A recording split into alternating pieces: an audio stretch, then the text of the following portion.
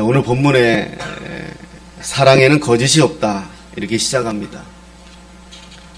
좀 더 명확하게 이해하려면 거짓이란 말에 위선이란 말을 붙이면 명확하게 이해가 될 것 같습니다. 정치인들이 선거 때만 되면 외치는 말이 있죠. 사랑합니다. 수없이 외칩니다. 정말 저들이 말하는 사랑에 진실이 있을까? 그런 생각이 들기도 합니다. 그럼 성경이 말하는 참된 사랑은 무엇일까? 또 이런 생각도 하게 되고요. 선남, 선녀가 만나 사랑을 합니다. 저들은 서로 사랑을 고백하며 일평생 서로만 바라보며 살기로 합니다. 이게 거짓일까요? 아닙니다. 정말 그런 마음일 것입니다. 그런데 왜 사랑의 거짓에 위선이 있다 하는 것일까? 그것은 지속성입니다. 우린 다 사랑해서 결혼했고 사랑해서 만났습니다. 그런데 그것이 계속해서 지속되고 있느냐라는 거죠. 약속대로 일평생 가지 않는다는 거죠. 살면서 서로의 단점을 대하고 살고 또 상황이 그렇게 만들지 않기에 거짓으로 사랑한 것은 아니지만 그 사랑을 지킬 수가 없었던 것이죠.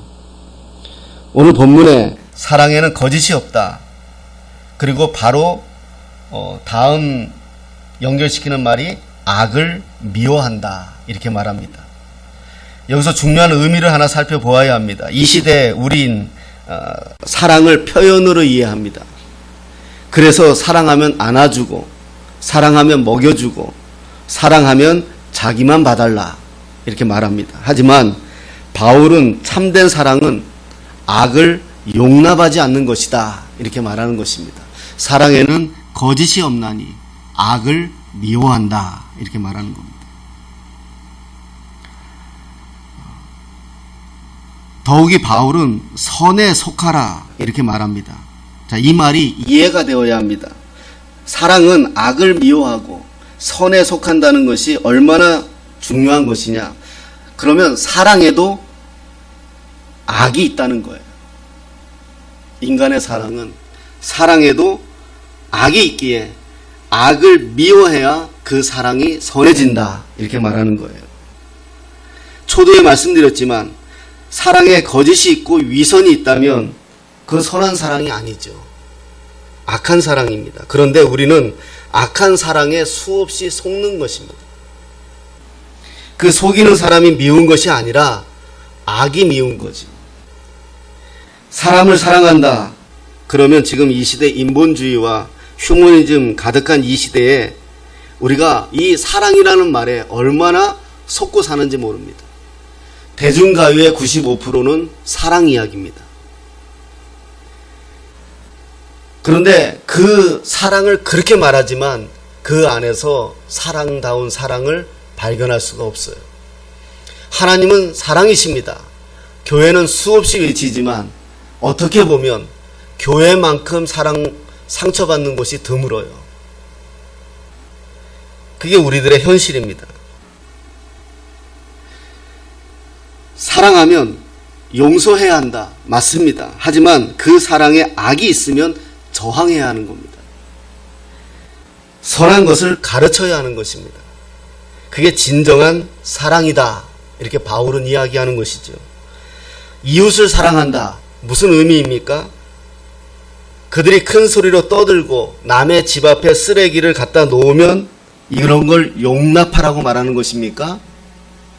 정말 사랑한다면 악에서 떠나 선을 행할 수 있도록 도와야 합니다. 이제 바울은 사랑에 대해서 설명해주고 있습니다. 10절을 보면 이렇게 말합니다. 10절, 우리 10절 한번 읽어보겠습니다. 시작. 형제를 사랑하여 서로 우애하고 존경하기를 서로 먼저 하여. 아멘. 신앙생활의 시작은 뭘까요? 하나님을 사랑하는 것입니다. 이게 우리의 삶의 동기입니다. 그러면 먼저 하나님의 사랑을 충만히 받아야 합니다. 오늘 본문은 이 본문을 보면서 짧은 문장이지만 제 자신을 생각을 많이 했습니다. 저는 사실 사랑이 그렇게 많지 못해요. 고집장이고 이기적이고 욕심도 많아요. 적어도 주님 만나기 전까진 더 했어요. 주님의 사랑을 받으면서 제 자신이 사랑이 없다는 걸 발견했어요. 그래서 제 자신을 두고 몸부림쳤어요. 교회에서 사역을 하다 보니 사랑이 없으면 안 됩니다. 목회자가 사랑이 없으면 그건 목양이 아니라 정치하는 것이고 조직을 이끄는 수장일 뿐입니다. 만약에 여러분의 부모님들이 사랑 없이 여러분들을 낳고 키우셨다고 생각하면 어떻겠습니까? 그러면 우리도 별반 없이 사랑이 없는 것입니다. 보고 자란 게 그것이거든요. 사람이 사람을 만나 익숙해지면 자기 안에 숨어있는 언어들이 나옵니다. 그건 모두 자기가 어렸을 때 부모를 보고 얻은 지식이에요. 이러한 나를 보고 얼마나 절망했는지 모릅니다. 그런데 언제부턴가 내 안에 사랑이 싹 트는 거예요. 비록 흉내일지라도 주님을 흉내내고 있는 내 모습을 보았어요. 그제서야 아내가 보이고 그제서야 형제가 보이기 시작하는 겁니다.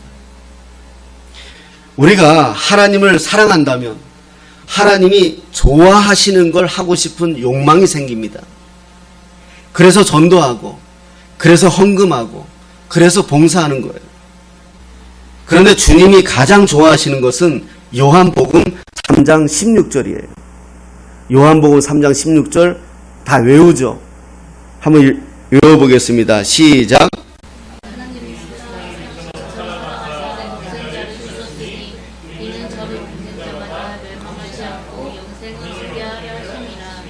아멘. 하나님의 세상을 이처럼 사랑하사 독생자를 주셨으니 이는 저를 믿는 자마다 멸망치 않고 영생을 얻게 하려 하심이다. 이게 어떻게 보면 성경 전체의 핵심 문장 중에 하나죠. 하나님이 세상을 이처럼 사랑하사, 이처럼 사랑해요. 근데 독생자를 주셨으니 구원은 누가 받아요? 이는 저를 믿는 자마다. 하나님이 세상을 사랑한 건 맞아요. 그러나 구원은 누가 받아요? 이는 저를 믿는 자마다. 이게 다른 거예요. 만약에 하나님이 모든 사람을 구원하시기 위해서 십자가에서 돌아가셨다면 하나님이신데 그렇다면 모두가 예수 믿어야죠.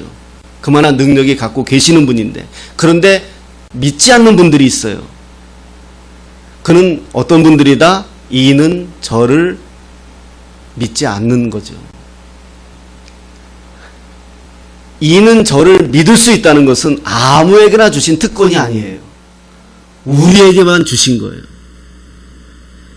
예수님이 십자가에서 죽으신 것은 믿는 자를 위하여 죽으신 거예요. 얼마나 이것이 큰 은혜인지 모릅니다. 근데 하나님이 세상을 사랑하면 이 세상을 이처럼 사랑했어요. 그 이처럼은 뭘까요? 예수님을 십자가에 죽이시기까지 사랑하신 것. 자기 자식을 죽이시면서까지 사랑하신다는 거죠. 그래서 하나님을 사랑하면 우리도 세상을 사랑하게 되는 거예요. 여기서 세상은 세상 자체를 말하는 게 코스모스를 말하는 게 아니라 하나님의 나라를 말하는 겁니다. 세상 가운데 죽어질 영혼을 바라보며 안타까운 마음으로 바라보시는 세상을 의미하는 거죠. 심지어 바울은 주님을 어떻게 사랑하라 합니까? 부지런하여 게으르지 말고 열심을 품고 주를 섬기라. 이렇게 말씀해요. 부부 사랑도 부모와 자식 사랑도 게으르면 안 돼요. 오늘 사랑한다고 말해야 해요. 오늘 사랑. 제가 부부 학교 하면서 아버지 학교 하면서 부부들에게 많이 부탁한 게 있어요.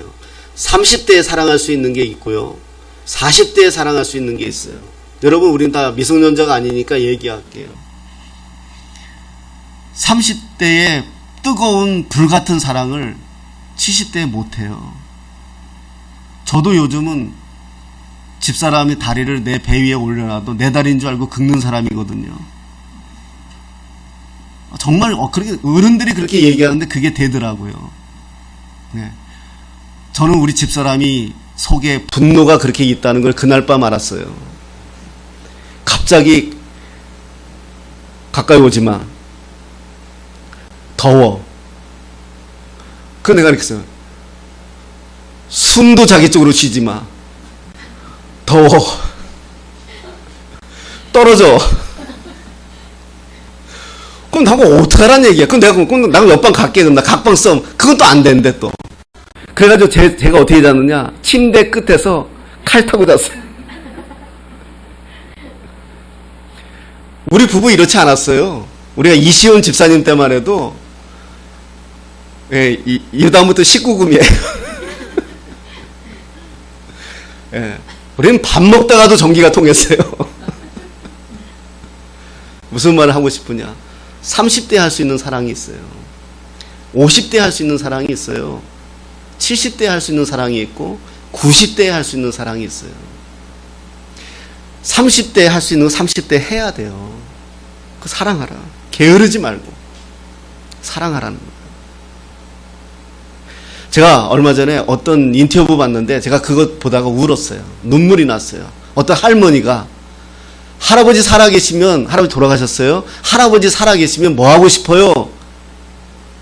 뜨겁게 사랑 한번 하고 싶대요. 80대 할머니가. 그게 에로스적으로 얘기하는 거 아니잖아요. 뜨겁게 죽은 남편이 그립다고 뜨겁게 사랑 한번 하고 싶대요.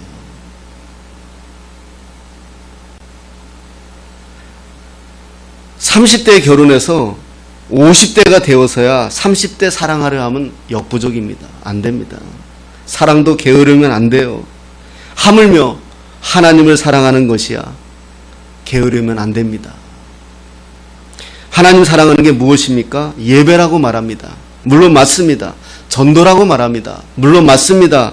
그런데 사랑은 뭐라 합니까? 상대방이 좋아하는 걸 하게 된다고 합니다. 주님은 무엇을 좋아하시겠습니까? 사랑입니다. 하나님이 세상을 이처럼 사랑하신 분이시기 때문에 이처럼 사랑한 여러분들을 통해서 사랑받고 싶어 하시는 분이 하나님이에요.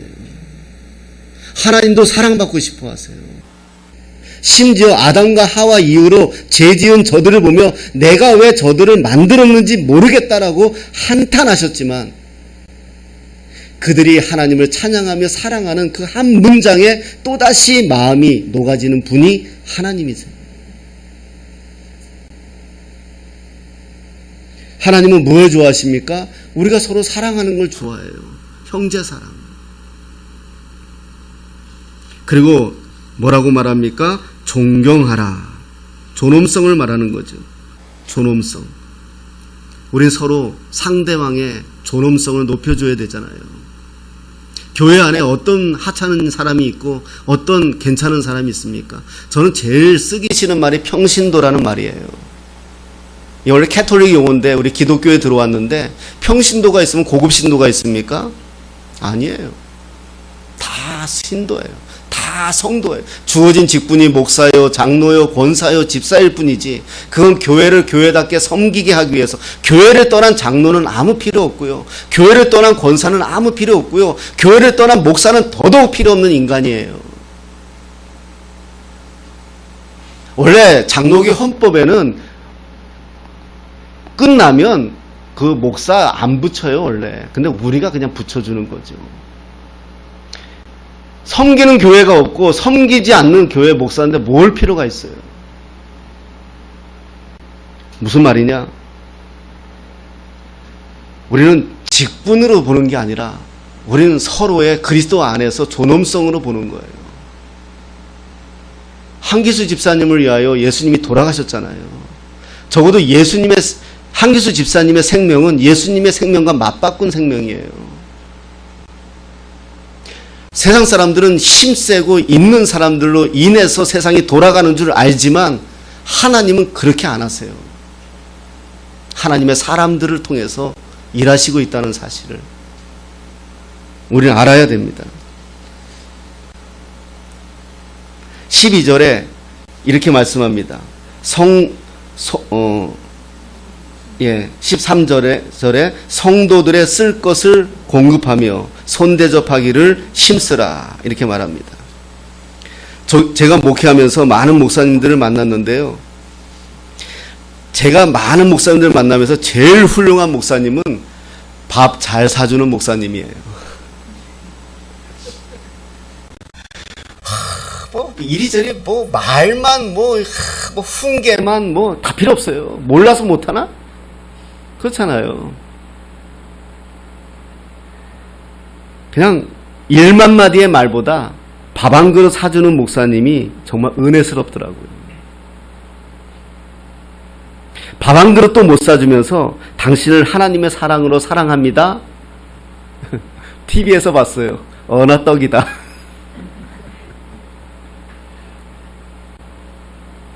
저도 개척해 보니까 적군과 아군이 구별되더라고요. 평소에 야 손목사 개척하면 내가 가만히 있겠냐? 아직까지 가만히 계세요.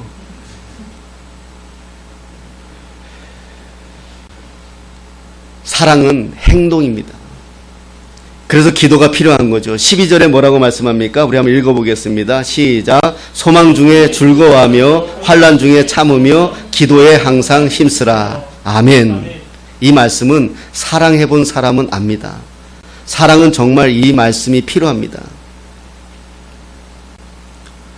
왜냐하면 인간의 사랑은 일단 악이라는 게 도사리고 있습니다. 사람과 사람 사이에 언제부터 힘이 듭니까? 사랑하면서부터 힘이 들어요.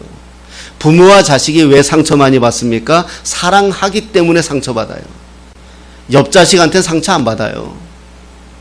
옆집 아저씨한테 상처 안 받는다니까요.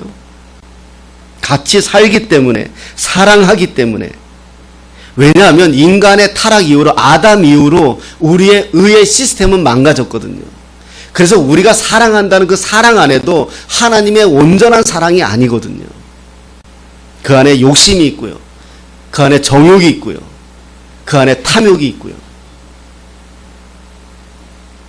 그렇기 때문에 사랑하는 게 쉽지 않은 거예요. 심지어 어떤 사람까지 사랑하라? 14절입니다. 우리 14절 읽어보겠습니다. 시작. 너희를 박해하는 자를 축복하라. 축복하고 저주하지 말라. 아멘. 근데 이게 어려워요. 정말 어려운 거예요. 그런데 할 수 있어요. 만약에 너희를 박해하는 자를 사랑하라. 그랬으면 어렵습니다. 그런데 오늘 축복하라 이렇게 말해요. 너희를 박해하는 자를 사랑하라 이러면 어려워요. 그런데 너희를 박해하는 자를 축복하라 이렇게 말해요. 복을 빌어줘라. 성경에 약속했죠. 빌어주고 그 사람이 받을 만한 조건이 안 되면 누구한테 와요? 나한테 와요.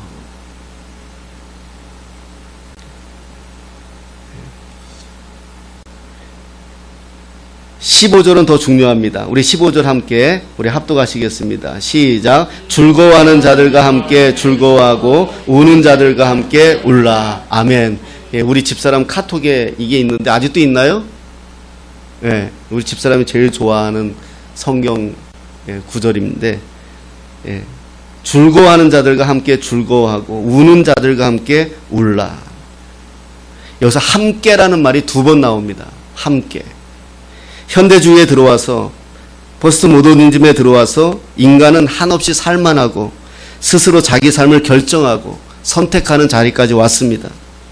그러면서 상실한 게 뭐냐? 이웃이에요. 한때 기업이 쓰던 컴퓨터가 작은 상자가 되어 가정에 들어오면서 인간의 사랑은 무척이나 진보됐어요. 하지만 주변을 잃었어요. 이웃입니다.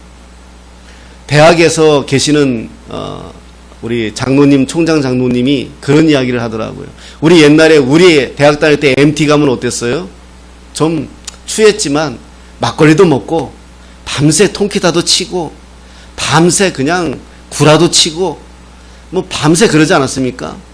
그러면서 서로 동지애도 생기고 서로 친구가 되고 뭐 이랬어요. 근데 지금은요, MT 가면 애들이 다 똑같대요. 다 리시버 딱 꽂고 다 휴대폰 들여다보고 있대요. MT 가서도. 다 뭐죠? 다 개인주의예요. 개인주의. 리시버를 꽂는다는 건 뭐예요? 남의 말 안 듣겠다는 거거든요. 관심이 없다는 거예요. 다 개인주의예요. 그런데 교회 다니는 청년들은, 학생들은 조금 낫대요. 그래도 교회에서 수련회다 뭐다 이런 행동들을 해봐서 단체 생활에, 대학에 들어와서 자기들이 유기적으로 움직인대요. 뭘 해야 되는지도 알고. 근데 그렇지 않은 아이들은 아무것도 모른대요. 공부만 했대요. 공부만. 그러니까 인간관계가 안 되는 거예요. 우리는 어때요? 우리 시대는 고향, 대학, 학번 이러면 이상하게 그냥 친해지잖아요. 이상하게 좋아지잖아요. 요즘 아이들 그거 관계없어요. 자기 대학 같이 나왔어도 상관없어요. 자기 친구 아니면, 내가 좋아하는 사람 아니면 아무도 상관이 없어요. 이런 시대에 우리가 살고 있습니다. 오늘 성경은 함께라는 말이 2번 나와요. 아직 왜 교회가 이 시대의 소망이냐? 우리가 함께 하기 때문이에요. 저와 여러분들이 함께 하잖아요. 경조사가 생기거나 문제가 있거나 어려움이 있거나 우리 함께 하잖아요. 어떻게 함께 해요? 소망 중에 즐거워하며 환난 중에 참으며 기도하며. 여러분, 우리가 비록 작은 교회이지만 저와 여러분들이 소중하고 함께 하는 게 뭐죠? 우리 기도하잖아요. 서로. 우리 새벽마다 서로를 바라보며 기도하잖아요. 적어도 여러분들의 하루를 위하여 누군가는 지금 기도하고 있거든요. 이게 교회예요. 함께 할 수 있는 사람들. 제일 먼저 여러분에게 어떤 문제가 생기면 누가 제일 먼저 뛰어가나요? 교회가 먼저 뛰어갑니다. 우리가 먼저 뛰어갑니다. 이게 교회예요. 누군가 슬픈 일을 당하면 함께 울어줄 사람 누구예요? 저와 여러분들이에요. 이게 교회예요. 이게 함께예요.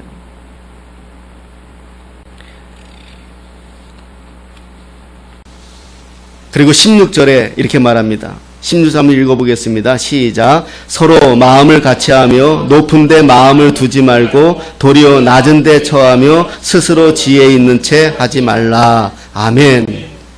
겸손의 반대말이 뭘까요? 교만입니다. 교만은 사랑할 수 없는 것입니다. 교만은 자체가 악한 사랑입니다. 사랑은 자기를 낮춤부터 시작합니다. 존경하는 마음이 들어가면서부터 사랑이 시작하는 거예요. 부부간의 사랑도 존경이 없으면 그 사랑은 힘들어져요.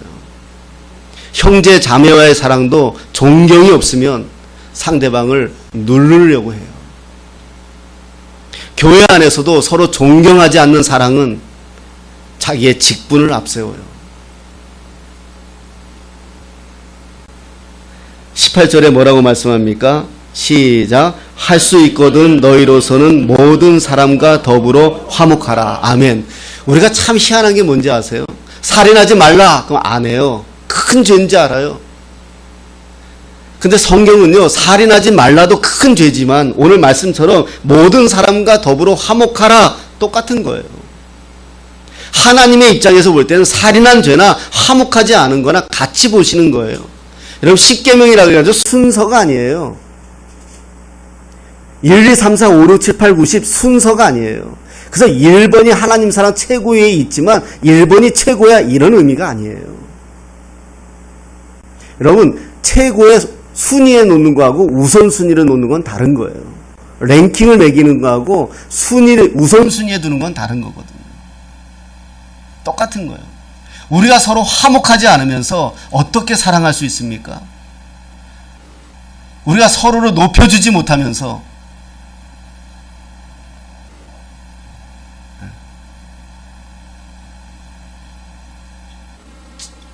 오래전 일인데 한번 기억하는지 모르겠지만 한번 어딘지 모르겠어요. 바닷가를 갔는지 내가 우리 한기수 집사님 부부하고 한번 간 적이 있어요. 화장실 갔다 오는데 한기수 집사 이렇게 걸음걸이가 좀 불편하니까 그 젊은 놈이 비웃더라고요. 그 내가 불렀어요. 설명을 해줬어요. 태어나면서부터 그런 게 아니라 사고 2번 겪으면서 이런 일이 벌어진 거다. 사고는 누구든지 당할 수 있는 거다. 그렇게 함부로 보는 거 아닙니다. 그랬더니 뭐니? 나도 모르겠다 그랬지 뭐. 사람들은 눈에 보는 걸로 판단하고 평가하고, 그리스도인들은 그렇게 보면 안 돼요. 모두가 소중한 자요. 모두가 하나님 앞에서 아들이요, 딸이요. 그게 교회입니다. 우리 마지막으로 19절, 21절 우리 같이 한번 읽어보겠습니다. 19절, 21절입니다. 시작. 내 사랑하는 자들아, 너희가 친히 원수를 갚지 말고 하나님의 진노하심에 맡기라. 기록되었으되 원수 갚는 것이 내게 있으니 내게 갚으리라고 주께서 말씀하시니라. 네 원수가 줄이거든 먹이고 목마르거든 마시게 하라. 그리함으로 네가 숯불을 그 머리에 쌓아 놓으리라. 악에게 지지 말고 선으로 악을 이기라. 아멘. 이 말씀을 이해하려면 우리 하나 잠언 25장 찾아보겠습니다. 잠언 25장 여기 있습니다. 앞에 잠언 25장 21절 22절 한번 읽어보겠습니다. 시작. 네 원수가 배고파하거든 음식을 먹이고 목말라 하거든 물을 마시게 하라. 그리하는 것은 피인 숯을 그의 머리에 놓는 것과 일반이요 여호와께서 네게 갚아주시리라. 아멘. 이 말씀을 바울이 로마서에서 인용한 겁니다. 여기서 불씨를 구하는, 원수의 머리에 불씨를 담는 그릇을 올린다. 핀 숯을 그의 머리에 놓는 것과 일반이요, 이렇게 말하고 있잖아요. 굉장히 이거는 불편함이죠. 그 다음에 어려움이란 말이에요. 그럼에도 불구하고 불씨를 담은 그릇을 이어주는 그런 친절을 베푸는 것을 말하고, 또 하나는 애굽의 한 속죄의식에 죄를 범한 사람은 회개의 표시로 숯불을 담은 그릇을 머리에 이어야 했어요. 그것을 그대로 설명해주고 있는 것을 우리가 볼 수 있습니다. 그래서 원수에게 친절을 베품으로 그가 회개하도록 만든다는 거죠. 예. 우리 시편 140편 9절 10절 한번 보겠습니다. 한번 읽어보겠습니다. 시작. 나를 에워싸는 자들이 그들의 머리를 들 때에 그들의 입술의 재난이 그들을 덮게 하소서. 뜨거운 숯불이 그들에게 떨어지게 하시며 불 가운데와 깊은 웅덩이에 그들로 하여금 빠져 다시 일어나지 못하게 하소서. 아멘. 나를 에워싸는 자들이 그의 머리를 들 때에 그들의 입술의 재난이 그들을 덮게 하소서. 되게 어려운 말이죠. 뭐 같아요? 한마디 지금 말로 번역하면 이거예요. 누가 나를 뒷담화 하거든. 예, 그 말이에요. 누가 나를 뒷담화 하거든. 어디 갔니? 금방 읽은 거 맞아요? 예. 나를 에워싸는 자들이 그들의 머리를 들 때 그들의 입술의 재난이 그들을 덮게 하소서. 입으로 하는 내용들이 다시 자기들에게 돌아가게 하소서. 이런 의미잖아요.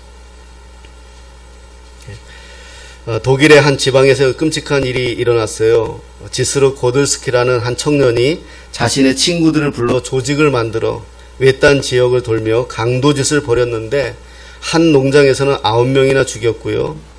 하일만 씨라는 사람의 농장에서는 10명을 죽였어요. 강도들은 모든 사람을 죽이려고 했지만 하멜만 씨는 불행 중 다행으로 4발의 총을 맞고도 살아났다고 합니다. 실제 있는 일인데요.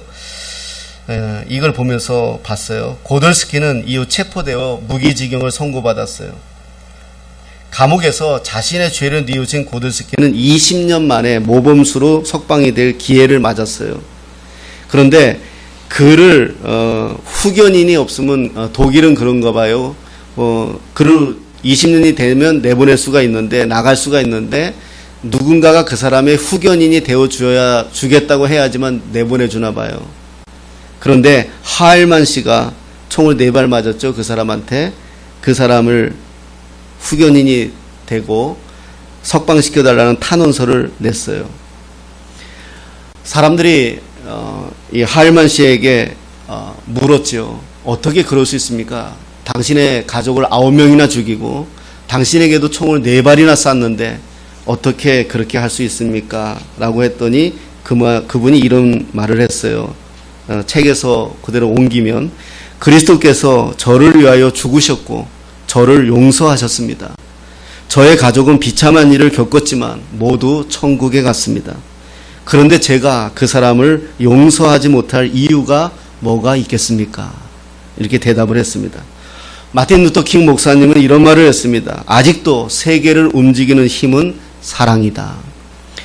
저는 여기에 문자 하나를 더 얹고 싶습니다. 아직도 세계를 움직이는 힘은 하나님의 사랑이다. 라고 있습니다. 여러분, 사랑에는 거짓이 없나니 악을 미워하고 선에 속하라. 그렇습니다. 사람을 움직이는 힘은 사랑입니다. 교회의 능력은 사랑입니다. 한 번 더 사랑하십시다.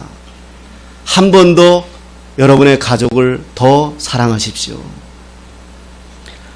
한 번 더 여러분 앞에 놓여 있는 분들을 사랑해 주십시오. 하나님은 말씀하십니다. 하나님이 세상을 이처럼 사랑하사 독생자를 주셨으니 이는 저를 믿는 자마다 멸망치 않고 영생을 얻게 하려 하심이라. 우리가 구원받은 것도 우리가 주님의 선택을 받은 것도 주님의 사랑입니다. 여러분, 더 사랑하십시오. 날씨가 더워집니다. 우리는 더 짜증날 수밖에 없고 불편할 수밖에 없습니다. 그럴수록 더 그리스도의 사랑을 기억하십시오. 며칠 전에 누군가가 전화가 왔습니다. 목사님, 필리핀 가는데 돕겠습니다. 근데 도우면 돕지, 그 뒤에 의미심장한 한마디를 저한테 했습니다. 그런데 꼭 그렇게 하셔야 돼요. 이렇게 묻더라고요. 꼭 그렇게 하셔야 돼요. 왜요? 그랬더니 꼭 그렇게 필리핀까지 가고 꼭 그렇게 해야 됩니까? 무슨 말씀 하려고 하는지는 알죠. 그래서 제가 이렇게 대답해 주었습니다. 제가 사랑의 빚이 참 많아요.